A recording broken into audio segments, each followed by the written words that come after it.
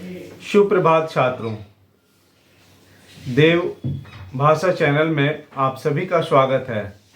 इस समय मैं आपको जसत्व संधि के विषय में बताने जा रहा हूँ। जसत्व यानी प्रथम वर्ण का तृतीय वर्ण में परिवर्तन। पहले हम लोग इसके विषय में जान लेते हैं। ये देखिए, यहाँ पे प्रथम, द्वितीय, तृतीय, चतुर्थ और पंचम लिखा हुआ है और इसके नीचे ये कवर्ग है, ये चवर्ग है, ये टवर्ग है, ये तवर्ग है और ये पवर्ग है। क से अंगत तक को हम लोग बोलते हैं कवर्ग। च से लेकर य तक के समूह को हम लोग बोलते हैं चवर्ग। ट से लेकर अण तक के समूह को बोलते हैं टवर्ग। त से लेकर न तक के समूह को बोलते हैं हम लोग तवर्ग और प से लेकर म तक के समूह को हम लोग बोलते हैं पवर्ग। तो इन सभी को हम लोग बोलते हैं कवर्ग। ये है चवर्ग, ये है टवर्ग, ये है तवर्ग और ये है पवर्ग। अब देखिए, यहाँ पर लिखा हुआ प्रथम, द्वितीय, तृतीय, चतुर्थ और पंचम। इसके नीचे हम ऐसे लाइन नंबर भी लिख देते हैं 1 2 3 4 5। अब देखिए, ये जितना वर्ण है, ये 5 वर्ण, इन सभी को हम लोग बोलते हैं प्रथम वर्ण। इसको बोलते हैं द्वितीय वर्ण, इसको बोलते हैं तृतीय वर्ण, इसको बोलते हैं चतुर्थ वर्ण और इसको बोलते हैं पंचम वर्ण। अब अगर कोई पूछेगा कि कवर्ग का तृतीय वर्ण कौन है, तो हम लोग कवर्ग का तृतीय वर्ण है ग। अगर पूछेगा टवर्ग का चतुर्थ वर्ण कौन है, तो टवर्ग का चतुर्थ वर्ण कौन है, ढ। अगर कोई पूछेगा पवर्ग का द्वितीय वर्ण कौन है, तो फ। तो हम लोग जब ये सीखेंगे अभी जसत्व संधि के विषय में, तो हम लोग प्रथम, द्वितीय, तृतीय, चतुर्थ और पंचम, हम लोग इसको इसमें देखेंगे। और तृतीय, चतुर्थ, पंचम है, इसका मतलब हुआ तृतीय ये है, चतुर्थ ये है, पंचम ये है। तृतीय ये है, चतुर्थ ये है, पंचम ये है। तो जब तृतीय, चतुर्थ और पंचम बोलेंगे तो आप लोगों को यहां पर समझना है, ठीक है। और एक यहां लिखा हुआ है स्वर वर्ण। देखिए, स्वर वर्ण कौन कौन है? अ, आ, छोटी, बड़ी, छोटी ऊ, बड़ी ऊ, री, दीर्घ री, लिरी, ए, ओ, औ। ये है स्वर वर्ण। यहां पर स्वर वर्ण लिखा हुआ है, इसलिए इसका हम यहां सारा स्वर वर्ण लिख दिए हैं। इसके बाद यहां है य, र, ल, व। तो ये यहां लिखा हुआ है। अब हम लोग समझते हैं कि कैसे प्रथम वर्ण का तृतीय वर्ण में परिवर्तन होता है। अब देखिए, ये प्लस का मतलब है एक पद इधर है, इधर का ये पहला वर्ण यहां से शुरू होगा और प्लस के पहले वाला वर्ण यहां से शुरू होगा। जैसे अगर यहां पर मान लीजिए लिखा हुआ है दिक, जोड़, गजा, तो ये प्लस जो है, यही प्लस यहां है। और ये जो प्लस के बाद जो सबसे पहला वर्ण आएगा वो ये है, और इस प्लस के पहले जो सबसे पहले आएगा वो ये है। अब हम लोग इसका परिभाषा देखिए।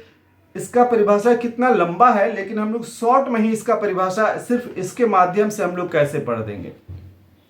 देखिए, यदि प्रथम पद, तो प्रथम पद क्या है? ये है प्रथम पद।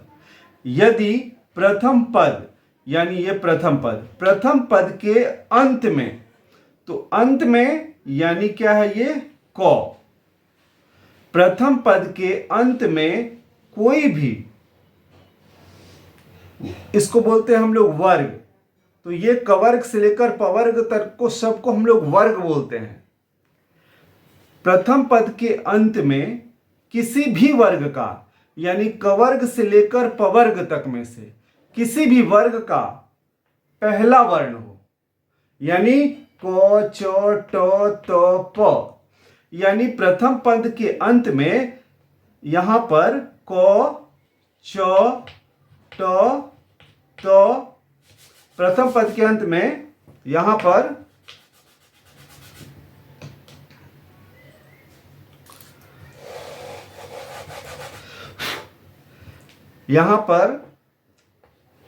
क च ट त प कोई भी हो प्रथम पद के अंत में, यानी प्लस के पहले जो पद होगा यदि उसके अंत में इसमें से कोई भी वर्ण हो, और प्लस के बाद यानी यहां पर यदि प्लस के बाद यहां पर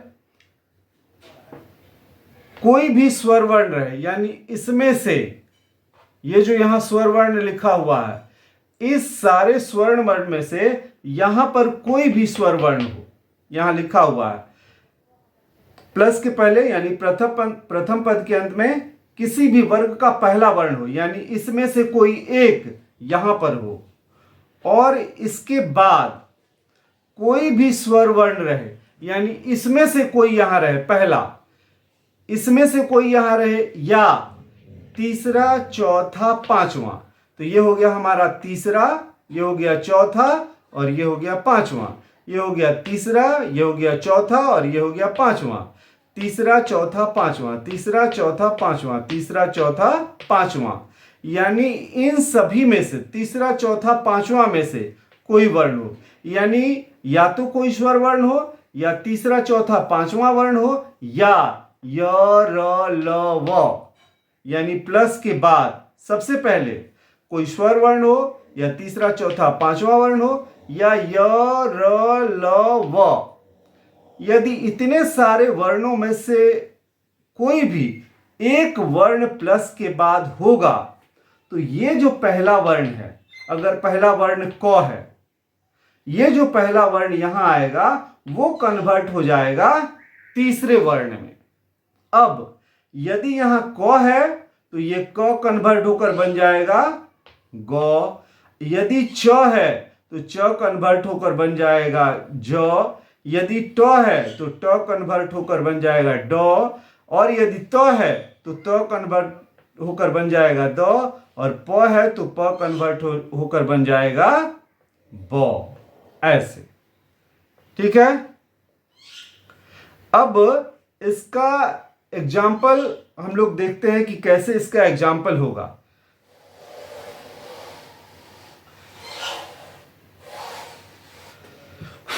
देखिए, अब यहां पर मान लीजिए लिखा हुआ है दिक जोड़ गजह, ऐसे। अब देखिए यहां पर पहला वर्ण क्या है, प्रथम पद के अंत का पहला वर्ण क्या है, क, और क के बाद कौन सा वर्ण है, तीसरा। तो इसके पहले हम लोग पढ़ें कि अगर प्रथम वर्ण के बाद तीसरा वर्ण आएगा तो ये क किस में कन्वर्ट हो जाएगा, तीसरे वर्ण में। तो ये क यानी कवर्ग, ये कवर्ग का तीसरा वर्ण क्या है, ग, तो इस क का हो जाएगा ग, ऐसे। इसमें हलंत है तो इसमें भी हलंत होगा। अब इस ग के बाद फिर से यहां पर ये ग है, तो इस ग का मतलब होता है ग हलंत प्लस अ। तो ये हमारा जो ग है, ये व्यंजन वर्ण है, ये फिर से व्यंजन वर्ण से मिल रहा। तो जब व्यंजन व्यंजन से मिलेगा तो ये व्यंजन वर्ण पूरा नहीं बनेगा, तो इस ग के बदले में हम लोग आधा ही ग लिखेंगे दी, और इस ग के बदले में हम लोग आधा ही ग लिखेंगे। क्यों? क्योंकि इसके बाद फिर से व्यंजन है। अब हम लोग इस ग और जह, गजह को हम लोग जैसे है उसी तरह हम लोग लिख देंगे, दिग्गजह। तो ये आपका करेक्ट हो गया।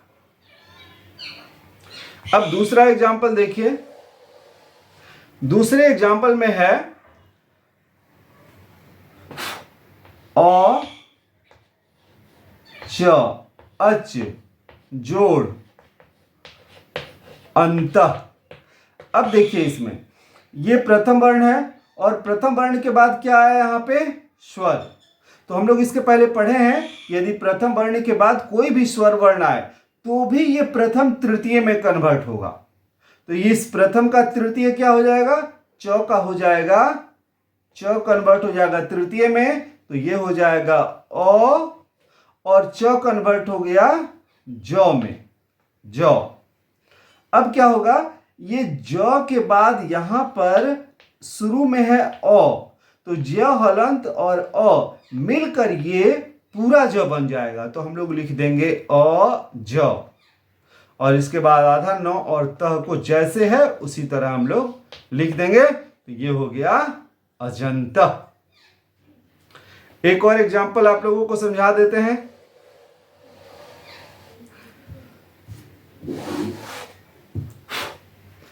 उसके बाद है यहां पर एक महत, म ह त, महत जोड़ दुखम। अब देखिए यहां पे ये तो है, तो कौन सा वर्ण है? प्रथम वर्ण है। अब प्रथम वर्ण के बाद यहां पर क्या है? दू। तो दू को अगर हम तोड़ेंगे तो ऐसे बनेगा द प्लस उ। तो ये तो प्रथम वर्ण है और इसके बाद आया तृतीय वर्ण। तो प्रथम वर्ण के बाद ये तृतीय वर्ण आ गया। तो प्रथम वर्ण के बाद यदि तृतीय वर्ण आ जाएगा तो ये प्रथम वर्ण किस में कन्वर्ट हो जाएगा? ये प्रथम वर्ण कन्वर्ट हो जाएगा तृतीय वर्ण में। तो त के बाद त के बदले में हम लोग यहां लिख देंगे द, और द में हलंत। अब यहां पर दू देखिए, अब दू है तो दू को जब तोड़े थे तो द हलंत प्लस उ आया था। तो ये भी व्यंजन है और ये भी व्यंजन है। तो ये जो द है ये पूरा द नहीं बनेगा। क्यों? क्योंकि इसके बाद भी व्यंजन है। अगर इसके बाद कोई स्वर रहता तो ये पूरा बन जाता, लेकिन ये भी व्यंजन है, इसलिए इस द को आधा लिखना पड़ेगा। तो इसको हम लोग लिखेंगे म, ह और द, आधा द लिखना पड़ेगा। और इसके बाद जैसे है उस तरह हम लोग लिख देंगे, महद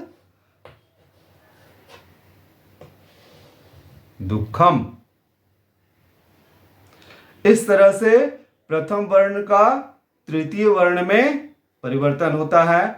आशा है आप लोगों को ये वीडियो देखकर जसत्व संधि के बारे में पूर्णतः जानकारी हो गई होगी। आप सभी को वीडियो देखने के लिए, समझने के लिए बहुत बहुत धन्यवाद।